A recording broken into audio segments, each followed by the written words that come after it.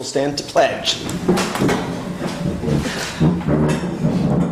Pledge allegiance to the flag of the United States of America and to the republic for which it stands, one nation, under God, indivisible, with liberty and justice for all.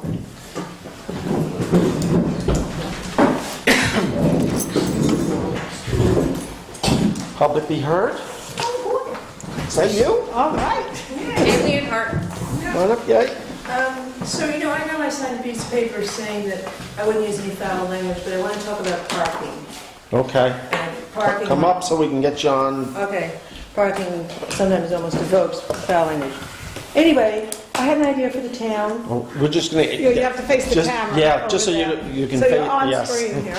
Okay, well, I was talking to you all. Okay. Yeah. This is not going to solve the parking problem. Obviously, that's another issue that, big issue. But I know some towns have done this, and it might be very helpful. What some towns do is they require that the employees and the owners of the commercial buildings that are in town, right in town, park at a certain spot. Therefore, like, if people are coming to work, let's say someone works at Bread Alone, instead of parking right near Bread Alone and running into work, and there's whatever, 6 or 7, I don't know how many people work at Bread Alone at any given moment, right? Those spaces are all taken. What you do is you require them all to park someplace. And the obvious places in our town would be, the parking lot in Mountain View. I looked on some place on our website shows that the Mountain View parking lot is the biggest, has 152 spots. Also, the Comeau property here for people who are working on the slightly western part of town. So I just kind of wrote it up. I thought it would provide sort of some information. If everyone who, obviously, if you have a van or you need to have trouble walking, those people, wouldn't have to do it. But if the business had a van, like Doritos or the pizza place or something like that. As it now stands, everyone who works in town gets there first, so to speak. They do. And all the immediate spaces are filled up, not just with someone who's going to go buy a can of paint at house, but someone who's going to be at work for an entire shift. So their car sits there. One thing that would be useful, it would give us a clue about, is if people actually followed it, for the most part. I mean, some people are going to say, oh, I'm late, or whatever. Then you would have like a whole bunch of cars at the furthest end of Mountain View. You'd kind of know how many cars are generated by the businesses if you actually went out and counted one Saturday morning. And what's the rest? It's impossible to tell in today's world. As I said, it doesn't solve the parking issue of not enough spaces, period, but it might unclog to a point, at least in the day. And I remind people when I've spoken to a few friends about this that, if you were driving to New York or any city and you got within 2 blocks of your destination, you'd be like, wow, this is so great, I found a parking place. Right. And Mountain View and the Comeau are similarly within 2 blocks of any place in town. Right. It's not really putting people out like now they have to walk forever to get to work. And you could even just try it, I don't know if you have time this year, but, as like a little experiment and see how it flies. Well, we will consider that and talk about it, and I'll also mention it to the chamber and suggest that they might consider doing it voluntarily. Yes. The store owners, certainly it's in their best interest to keep parking. I've had a few, definitely, good plan. And I'm not so sure there aren't a few businesses that are already doing that. I believe House does that. Yes, House does. yes. Well, I think it's I haven't researched them all, but just chatting with some people, for example, who work at the pizza place.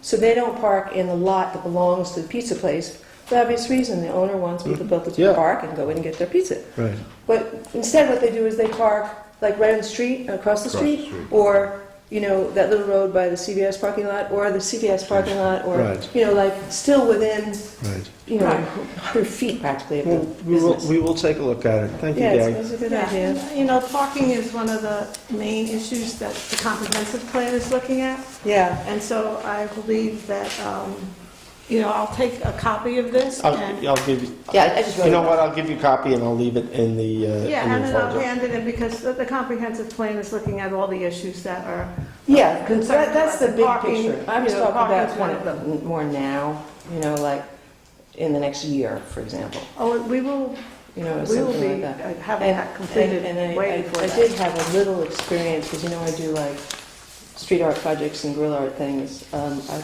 made myself a parking dragon representative, and I wore a costume with this t-shirt, and I went to one of the parking lots, the one behind the yoga place that go on Deming Street, where people often park to go to the flea market instead of going to yoga. And I tried stopping people and asking them, and I tell you, people get really upset if you catch them in the act. They're like, they get really upset. And I decided I wasn't going to do it anymore because it felt actually scary, because people get really angry. Thank you, Not a Dad. good thing to do. Thank you. I've talked to people about their parking. Yeah. Excellent. We will look into that, thank you. That's it. And That's it? you all know that Gabe has made a tremendous positive impact on the tree committee. I am aware of that, thank you for that effort. On the tree Tree committee. committee. Oh, boy, thank you. Yeah. So I have one quick announcement. We got notification from the Board of Election. Voting districts 1, 4, 7, and 8 will be leaving Company 5 and returning to the Meskel-Hornbeck Community Center. Write that down, if you could give that note, and That'll start with the primary if there is one. yeah, which I don't think there's going to be a primary, so it'll most likely be the general election, will be the first. Well, There there will be will, something on September 12th. yeah, Is there? There will be a primary because it's one of the smaller parties is going to have a Ulster County controller position, and I think the NOPs may be invited to join, and I forget which the one of the Are they small gonna parties open is. up every? The Reform Party, maybe, something like that.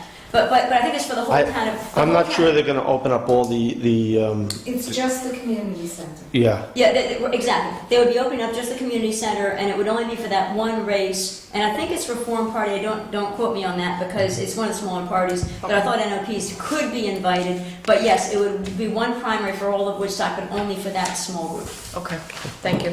So you're welcome. So, I'm sure on everyone's mind is the tragedy that happened down in Virginia, and I just want to point out that Woodstock had a little vigil last night.